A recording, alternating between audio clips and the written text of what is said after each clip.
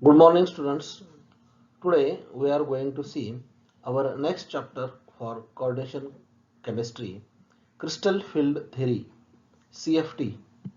Before CFT, up till now, we see the different concepts and different theories which explain the bonding in coordination compounds. Now we are going to see the new concept of the bonding in metal and ligand in coordination compounds, which is the electrostatic bonding between the metal and the ligand. This concept was explored by crystal field theory.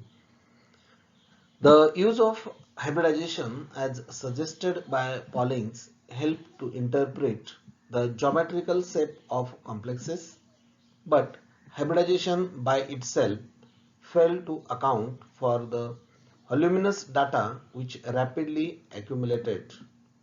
There were unexplained the differences between the measured and calculated magnetic moments. The compounds were found which had intermediate values of their magnetic moments. The distinction between the ionic and covalent bonding in complexes seemed to be confusing. The difficulties overcome the interpretation of geometrical shapes. For example, the square planar shape of CuNH3 2 plus and particularly the distorted shapes of still greater importance. Pauling's idea offered little or no explanation for the absorption spectra of the complex or of their relative stabilities or reactivities. Such a problem leads to a radical version of ideas concerning the nature of the bonding in complexes. The new theory called crystal field theory was first introduced by Bethe and Van Vleck in 1930 and applied mainly to ionic crystals, but Orgel was largely responsible for developing its general chemical aspects. On the basis of this theory, a complex is regarded as an aggregation of central ion surrounded by other ions or molecules with electrical dipoles. The electrical field of the central ion will affect the surrounding region, while the combined field of the ligand and will influence the electron of the central ion. The effect of ligands is particularly marked on the d electrons, which plays such a large part in complex formation. By tra- transition elements, the influence of the ligand and depends on their geometrical position in the complex. In the simplest of the problem concern the bonding between central ion and the ligand is regarded as purely ionic, so that the forces involved can be limited to electrostatic force. This theory does not consider covalent bonding. Such unlimited treatment is generally referred to as the crystal field theory. The modified treatment, which includes the covalent bonding, is called ligand field theory, was used to explain the colors and magnetic properties of the crystalline solids. CFT has some assumptions. See the assumptions of the crystal field theory. The crystal field theory is based on following assumptions. First, in a complex, the transition metal ion is placed in the center and it is surrounded by ligands with lone pair of electrons. Second, The ligands are have the negative ions like Cn minus or Cl minus, or they are neutral molecules like H2O, NH3, and they are considered as point charges. If the ligand is neutral molecule, then the negative end of the dipole is directed towards the metal ion. There is no interaction between metal orbitals and ligand orbitals. The attraction between metal ion and ligand is purely electrostatic. The bond, that is, the bond is ionic, 100% ionic. Fifth, the electrons of the metal ion repel by negative field of the ligands, and therefore the metal electron occupies those d orbitals which have their lobes far away from the direction of the ligands. 6. The number of ligands and their arrangement around the metal ion determines the nature and strength of the crystal field. 7.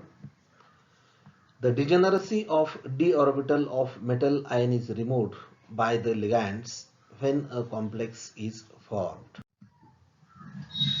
See the steps of d orbital. Since the d orbitals and their occupancy plays an important role in the coordination compound, it is necessary to study their shapes and distribution in the space. In the below figure, see there are 5 d orbitals. All 5 d orbitals are not identical, and there there are in fact two sets of orbitals, the dx square minus y square and dz square orbitals form one set, and the orbitals which have lobes lying along the mutually perpendicular x, y and z axis, the dxy, dyz, dxz orbitals form the second set and have the lobes pointing in between the axes. See here there are the first set, that is dxy, dyz, dxz, which having the lobes in between the axes. They are called T2z orbitals. And second, the dx square minus y square and dz square orbitals, they having lobes on the axis, and this set is called as the EZ set. Thus there are two sets of d orbitals, T2z and EZ. T2z 3 orbitals which having lobes in between the axis, EZ orbitals 2 orbitals which having the lobes on the along the axis or on the axis. Group theoretical symbol.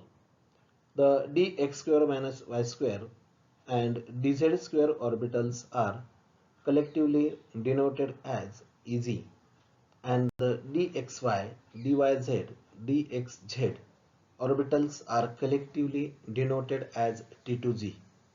Symbol T means there are 3 degenerate orbitals, and the symbol E means there are 2 degenerate orbitals. Degenerate means equal in energy. The symbol G stands for Girard, German word meaning is even. The orbital is said to be Girard if it is centrosymmetric, that is, it has the same sign of the wave function and the same distance in opposite direction from the center of symmetry. The symbol U stands for ungirard, German word meaning uneven.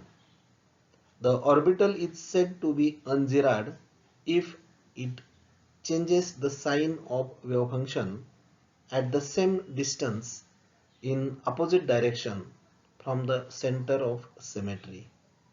The unsymmetrical orbitals are and the symmetrical orbitals are the Girard, that are p and f orbitals are ungirard, that is u. The easy orbitals are degenerate. P2J orbitals are triply degenerate. In addition to the symbol, sometimes the subscripts 1 and 2 are also used.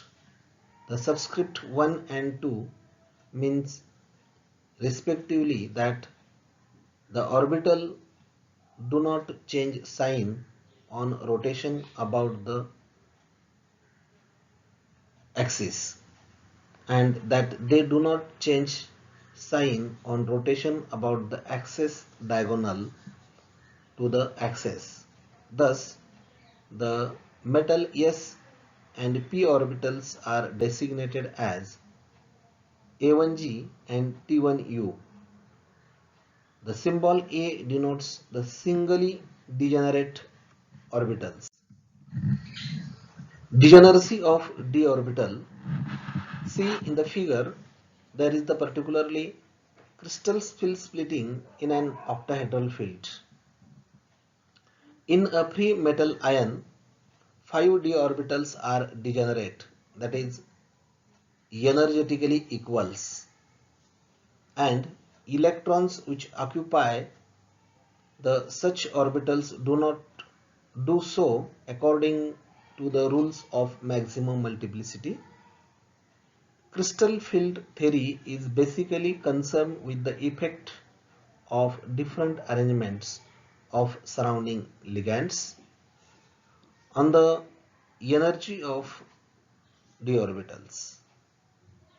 The ligands exert an electrostatic field which leads to repel the electrons, particularly the outer d orbital of the central metal ion.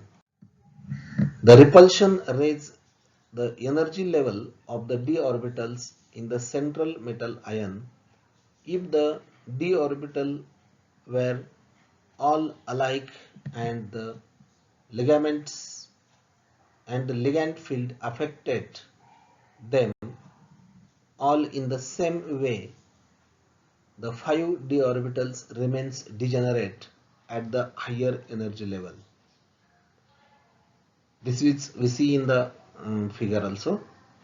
In fact, d orbitals are not all alike.